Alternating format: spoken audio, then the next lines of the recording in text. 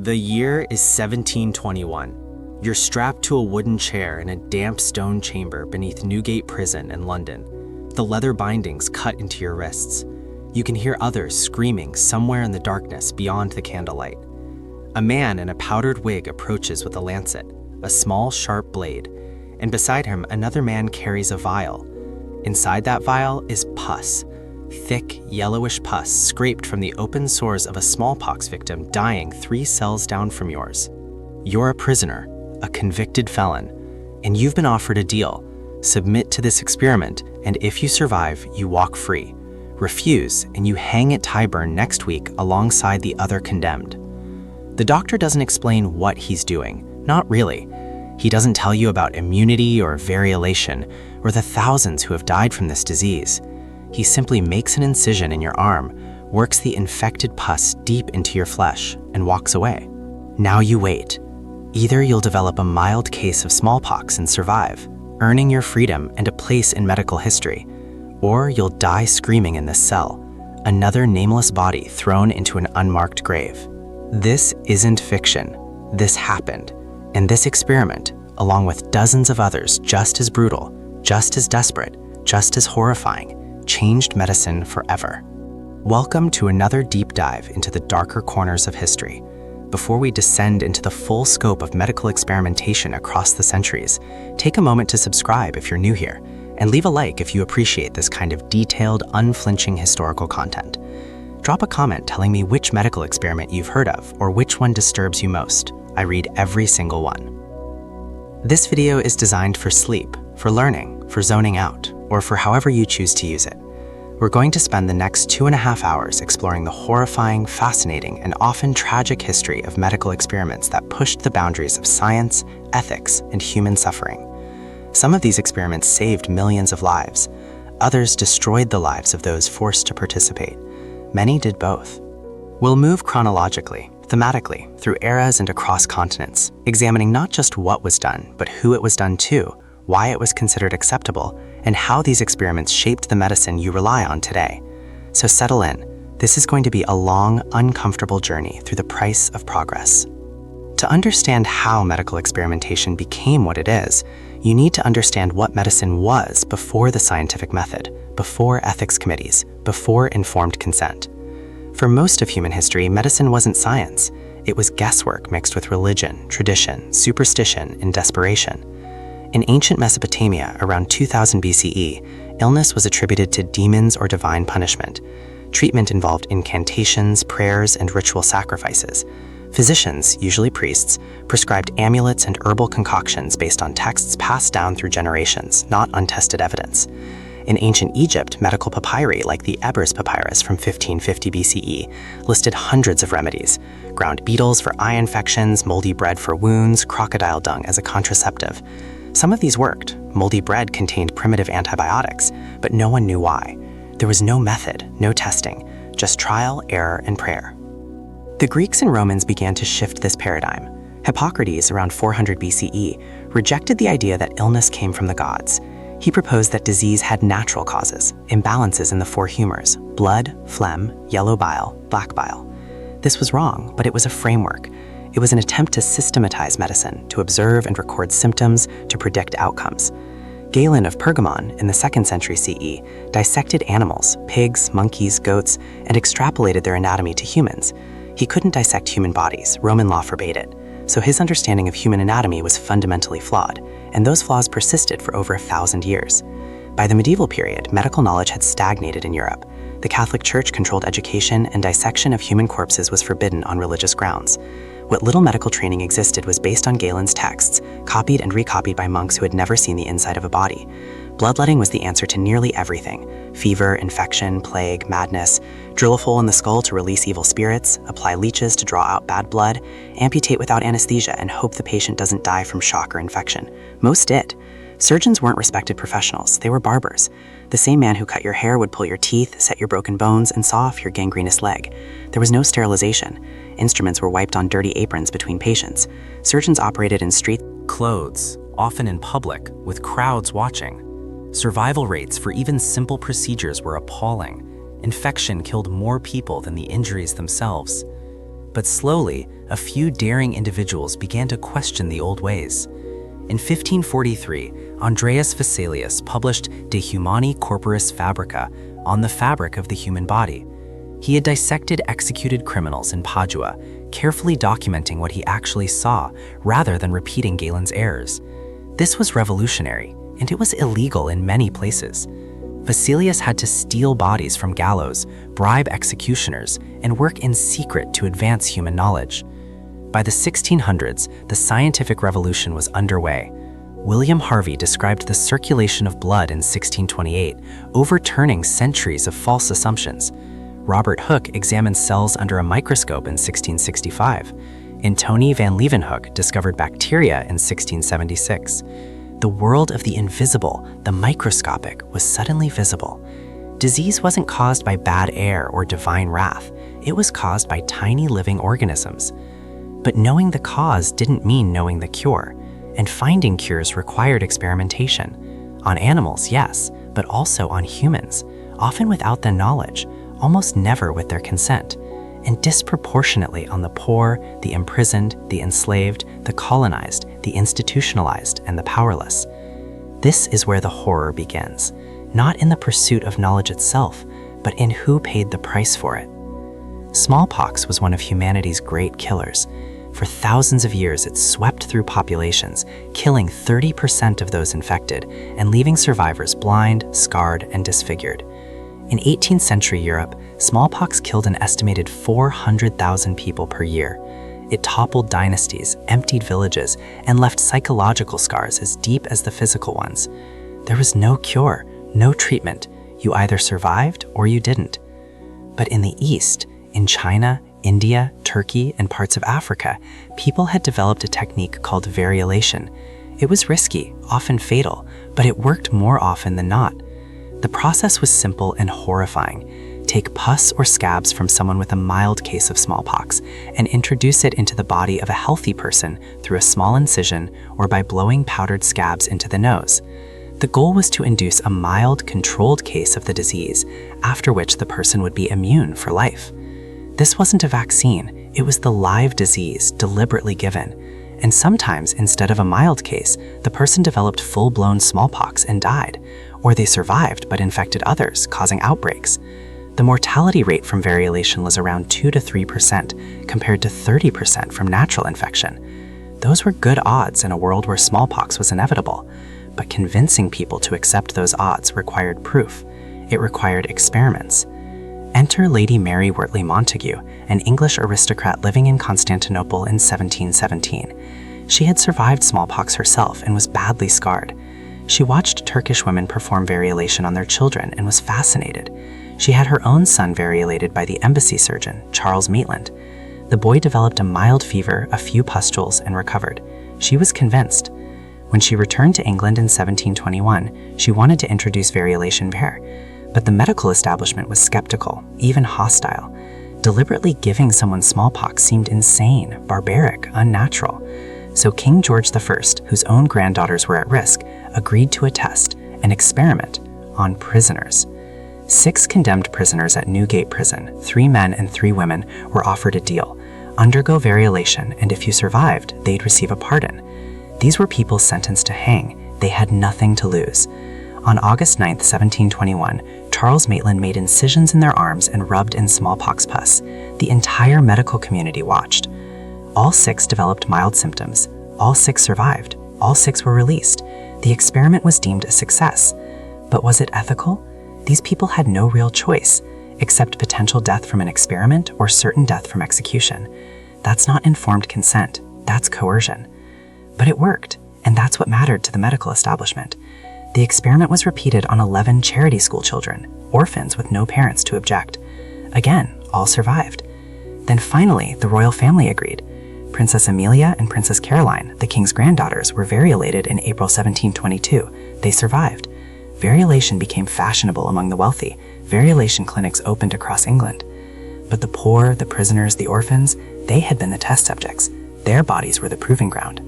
And many others outside these controlled experiments died from variolation gone wrong. Unsterile techniques, overly virulent strains, infections, and outbreaks. The price of progress was paid in their suffering. It would be another 75 years before Edward Jenner developed true vaccination using cowpox in 1796, a safer, more effective method. But Jenner's work was built on decades of variolation experiments, many of them conducted on people who had no say in the matter. You cannot learn surgery without cutting into a body. You cannot understand anatomy from books alone. By the 18th and 19th centuries, medical schools were growing rapidly across Europe and America. Every school needed cadavers for dissection, but the law severely restricted where those cadavers could come from. In England, the Murder Act of 1752 allowed the bodies of executed murderers to be dissected as part of their punishment. This was meant to add extra horror to the death penalty. Not only would you die, but your body would be violated, studied, and destroyed. But there simply weren't enough executions to meet demand. Medical schools needed dozens of bodies per year. The gallows provided only a handful. So a black market emerged. Body snatching, grave robbing became a lucrative trade. Men called resurrectionists would wait until a fresh burial, then return at night with shovels. They'd dig up the coffin, pry it open, haul out the corpse, strip it of any valuables, and sell it to the nearest medical school. A fresh body could fetch several pounds, weeks' worth of wages for a laborer. Families of the deceased were horrified. They hired guards to watch graves. They built iron cages called mort safes over burial sites. Some graves were booby-trapped, but the resurrectionists were clever. They worked quickly, often in teams, and bribed cemetery workers. The medical schools asked no questions. The bodies arrived, and the students dissected. But even body snatching wasn't enough. In Edinburgh, Scotland, in 1828, two men, William Burke and William Hare, took the business a step further. Why wait for people to die when you could kill them yourself? Over the course of a year, Burke and Hare murdered at least 16 people, mostly poor lodgers and prostitutes, and sold their bodies to Dr. Robert Knox, a prominent anatomist. Knox paid well and didn't ask questions. When they were finally caught, Hare turned on Burke. Burke was hanged in January 1829, and in a grotesque twist of irony, his body was publicly dissected at Edinburgh Medical College. Over 25,000 people came to view his corpse. His skeleton is still on display at the Anatomical Museum of Edinburgh Medical School. The scandal forced Britain to pass the Anatomy Act of 1832, which allowed unclaimed bodies from workhouses, hospitals, and asylums to be used for dissection. This solved the supply problem, but it did so by targeting the poorest and most vulnerable. If you died alone, unclaimed, without family or money, your body belonged to science. The rich could still ensure their dead were buried intact. The poor could not. In America, the situation was similar. Medical schools in cities like New York, Philadelphia, and Baltimore relied on grave robbing. African American cemeteries were disproportionately targeted because black families had fewer legal protections and less social power to fight back. In 1788, a riot broke out in New York after medical students were caught displaying body parts from stolen corpses. The militia had to be called in. Several people died. These stolen bodies, these murdered victims, these unclaimed dead, they taught generations of doctors how the human body works. Every surgical technique, every anatomical diagram, every understanding of organs and systems was built on their dissected flesh. Progress, yes, but purchased with violation and injustice. Not all medical experiments were forced on the unwilling. Some doctors, driven by curiosity, ambition, or desperation, experimented on themselves. These acts of self-experimentation were sometimes heroic, sometimes reckless, and often both. In 1802, a young German physician named Friedrich Serturner isolated a compound from opium that he called morphine, after Morpheus, the Greek god of dreams. To test its effects, he and 3 friends ingested doses of the substance. They all became violently ill: nausea, vomiting, severe drowsiness. Serturner nearly died, but he had proven that morphine was the active ingredient in opium, and it would go on to revolutionize pain management. His self-experiment nearly killed him, but it saved millions from suffering. In 1885, Daniel Carrion, a Peruvian medical student, wanted to prove that 2 diseases, Oroya fever and Verruga peruana, were caused by the same pathogen. So he had himself inoculated with blood from a patient with Verruga peruana. He developed Oroya fever. He documented his symptoms meticulously, even as he grew weaker. He died on October 5, 1885, at the age of 28. But his sacrifice proved the connection, and the disease is now called Carrion's disease in his honor. In 1929, Werner Forsman, a German surgeon, wanted to prove that a catheter could be safely inserted into the heart. His superiors refused to let him. Try it on a patient. So he tried it on himself. He cut open a vein in his own arm, threaded a catheter up through his veins, and walked to the radiology department with the tube dangling from his arm. He had an X-ray taken, which showed the catheter had reached his heart. He had proven it was possible. His technique became the foundation for cardiac catheterization, and he won the Nobel Prize in 1956. But not all self-experiments ended well. In 1803, Humphrey Davy, a British chemist, inhaled nitrous oxide, laughing gas, to study its effects. He became euphoric, giddy, and addicted. He nearly died from oxygen deprivation.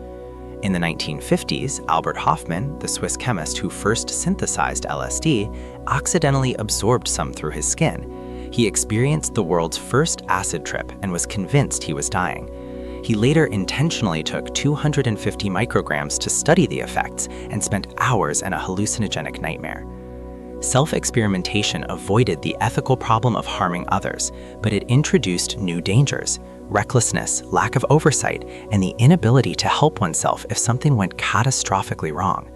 These scientists were brave, but they were also gambling with their lives, and many lost.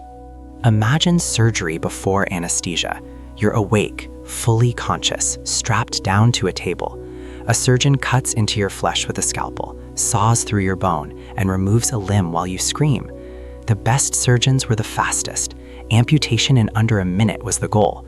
Speed reduced blood loss and shock, but it didn't reduce agony. For thousands of years, this was the only option. Surgeons tried alcohol, opium, and even strangulation to dull the pain, but nothing worked well.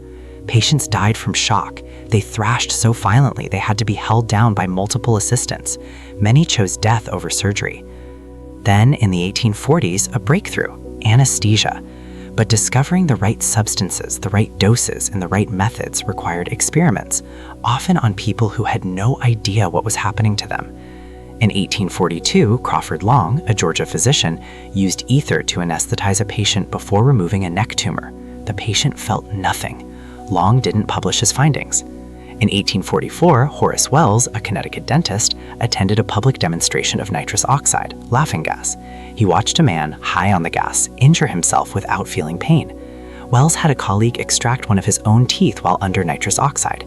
It worked. He felt no pain. He tried to demonstrate it publicly at Harvard Medical School in 1845. The patient screamed. The demonstration was deemed a failure. Wells was humiliated. He later became addicted to chloroform and in a fit of madness threw acid at a prostitute. He was arrested and committed suicide in his cell in 1848. Meanwhile, Wells's former partner, William Morton, had been experimenting with ether. On October 16, 1846, at Massachusetts General Hospital, Morton publicly demonstrated ether anesthesia during surgery. The patient, Gilbert Abbott, was rendered unconscious. The surgeon, John Collins Warren, removed a tumor from Abbott's neck. Abbott woke up and reported no pain. The operating theater erupted in applause.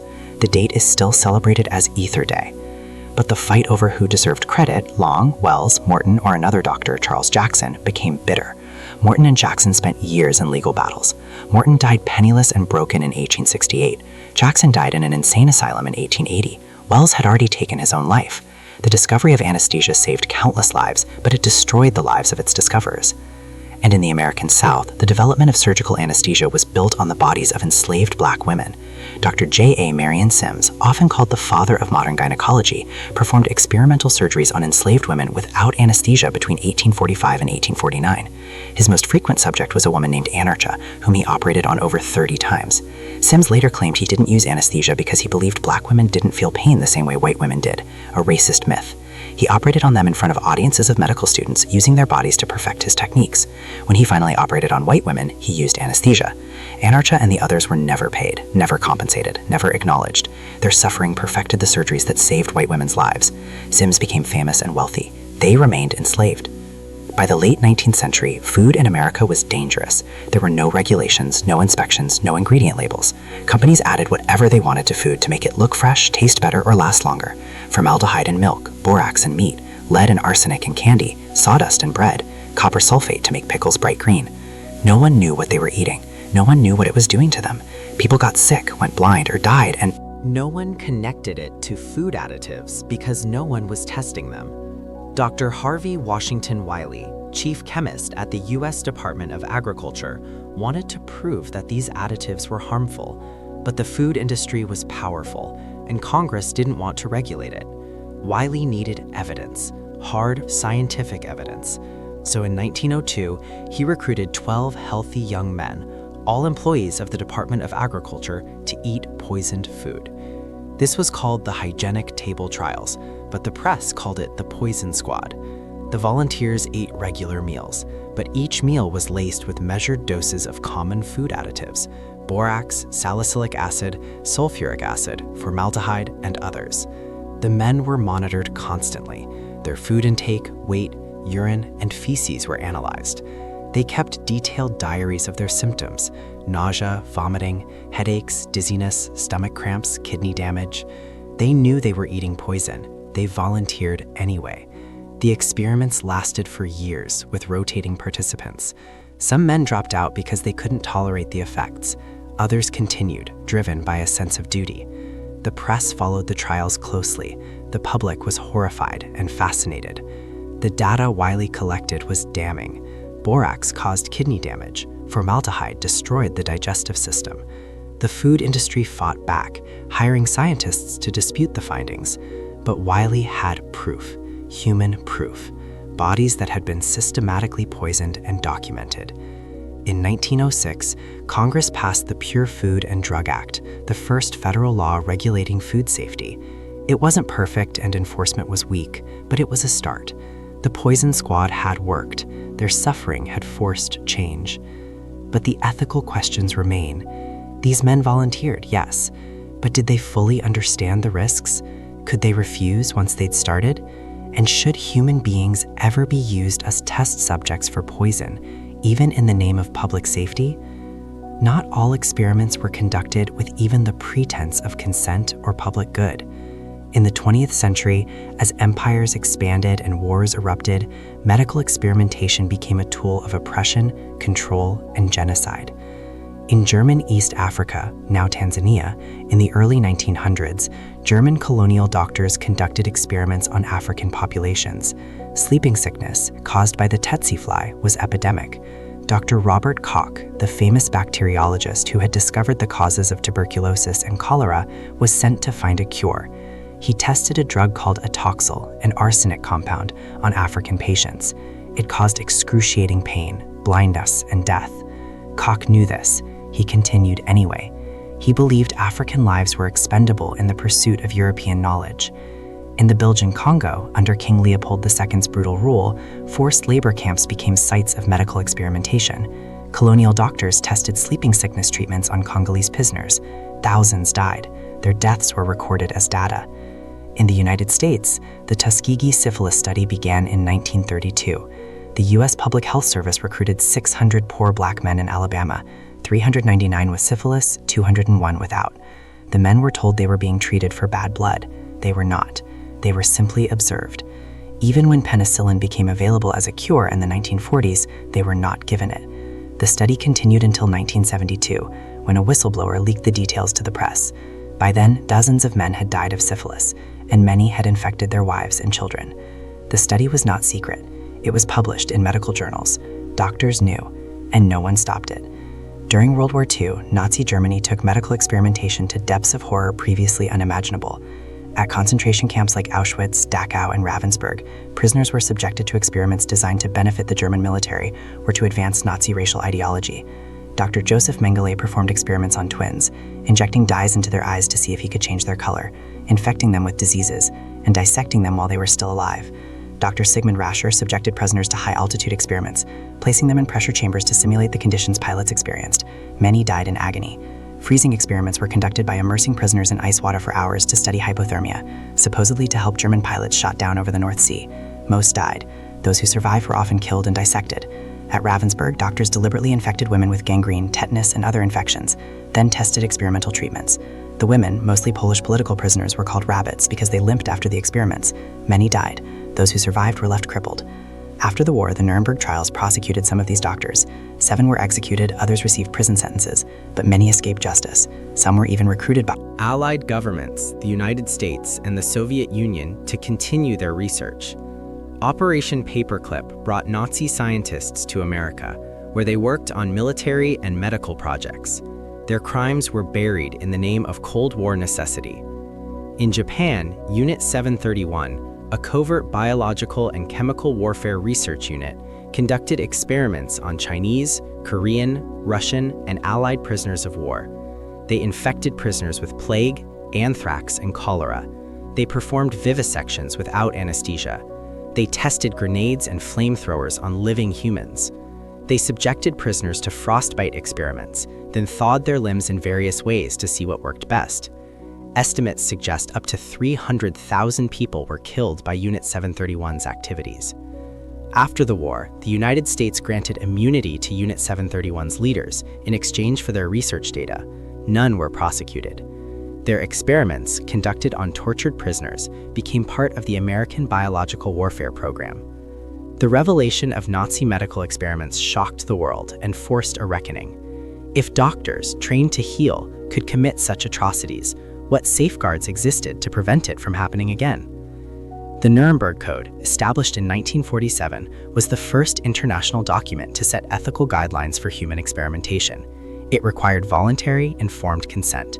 It prohibited experiments that could result in death or disability unless the experimenters themselves were willing to undergo them. It mandated that experiments must be scientifically justified and conducted by qualified personnel. But the Nuremberg Code was not legally binding. It was a statement of principles, not law, and many countries, including the United States, ignored it. In 1966, Henry Beecher, a Harvard anesthesiologist, published a landmark paper in the New England Journal of Medicine titled Ethics and Clinical Research. He documented 22 examples of unethical medical experiments conducted in the United States after World War II. These included injecting live cancer cells into elderly patients without their knowledge, withholding treatment from sick children to study disease progression, and deliberately infecting mentally disabled children with hepatitis. All of these experiments had been published in respected medical journals. All had been conducted by reputable institutions. None had obtained informed consent. Beecher's paper caused an uproar. The medical community was forced to confront its own ethical failures. In 1974, the US government established the National Commission for the Protection of Human Subjects of Biomedical and Behavioral Research. In 1979, the Commission issued the Belmont Report, which outlined 3 core ethical principles: respect for persons, informed consent, beneficence, do no harm, and justice, fair distribution of risks and benefits. These principles became the foundation of modern research ethics. Institutional review boards, IRBs, were established to review and approve research protocols. Informed consent became mandatory. Vulnerable populations, prisoners, children, the mentally ill, were given special protections. But enforcement has been inconsistent. In 2010, it was revealed that US researchers had deliberately infected Guatemalan prisoners, sex workers, and psychiatric patients with syphilis and gonorrhea in the 1940s without their knowledge or consent to test the effectiveness of penicillin. President Obama formally apologized in 2010, but the experiments had happened, and for decades, no one had been held accountable. Medical experimentation hasn't ended, it's evolved. Today, clinical trials are tightly regulated, at least in wealthy countries. Participants must sign informed consent forms. They must be told the risks. They can withdraw at any time. Independent ethics boards review every study. But exploitation hasn't ended. It's shifted. Pharmaceutical companies increasingly conduct clinical trials in low and middle income countries, India, Nigeria, Eastern Europe, where regulations are weaker, labor is cheaper, and participants are more desperate. A 2008 investigation found that many participants in these trials were illiterate and couldn't understand the consent forms they signed. Some were not told they were in an experiment at all. They thought they were receiving treatment. In 2001, Pfizer settled a lawsuit over a 1996 clinical trial in Nigeria. During a meningitis epidemic, Pfizer tested an experimental antibiotic, trovafloxacin, on nearly 200 children without proper consent. 11 children died. Many others suffered brain damage, deafness, and paralysis. Pfizer claimed the trial was ethical. Nigerian authorities and families of the victims disagreed. Even in the United States, ethical violations continue. In 2015, it was revealed that researchers at Johns Hopkins University had conducted an experiment on premature infants without fully informing parents of the risks. The baby were randomly assigned to receive different levels of oxygen to see which was safer. Some babies were blinded or suffered brain damage as a result. Parents sued, arguing they were not told their children were in an experiment. And then there are the gray areas. Is it ethical to test Alzheimer's drugs on patients who can no longer consent? Is it ethical to use organs from executed prisoners in China? Is it ethical to edit the genes of human embryos, as Chinese scientist He Jiankui did in 2018, creating the world's first gene-edited babies? The questions have changed, but the underlying tension remains. How do we balance the pursuit of medical knowledge with the rights and dignity of human beings? Who gets to decide what risks are acceptable, and who bears the cost of progress? Every medical advance you benefit from, every vaccine, every surgery, every painkiller, was built on experimentation. Some of that experimentation was ethical, conducted on willing volunteers who understood the risks. Much of it was not. The smallpox vaccine that eradicated one of history's greatest killers, built on experiments on prisoners and orphans. The anatomical knowledge that allows surgeons to save lives, built on stolen corpses and murdered victims. The cardiac catheterization that treats heart disease, built on reckless self-experimentation. The food safety laws that protect you from poison, built on volunteers who ate poison. The antibiotics that cure infections, tested on people who didn't know they were test subjects. You live in a world shaped by these experiments. Your life expectancy is decades longer because of them. Your children don't die of diseases that once wiped out entire families. You undergo surgery without pain. You eat food that won't kill you. But that progress came at a cost, and the people who paid that cost were disproportionately poor, enslaved, colonized, imprisoned, disabled, and marginalized. Their suffering was deemed acceptable because they were deemed less valuable. We cannot undo that history, but we can acknowledge it. We can name the victims. We can hold ourselves to higher standards. We can demand that medical research today is conducted ethically, with informed consent, with justice, with respect for every human life. Because the next great medical breakthrough will also require experimentation. And the question is, who will pay the price for it?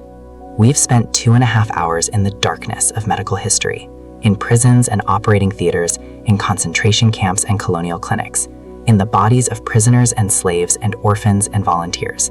It's uncomfortable, it's horrifying, but it's real. Medicine has always been a field of extremes: compassion and cruelty, brilliance and brutality, healing and harm. The same hands that save lives have also destroyed them.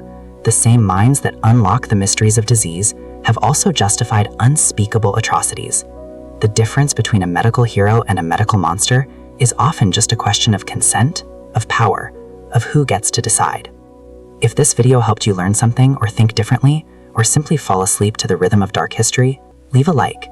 Subscribe for more deep dives into the uncomfortable truths of the past. Drop a comment sharing your thoughts. I read them all. And as you drift off, remember, the medicine you trust, the doctors you rely on, the health you enjoy, all of it was purchased with the suffering of others. That doesn't mean you should reject it, but it does mean you should remember it.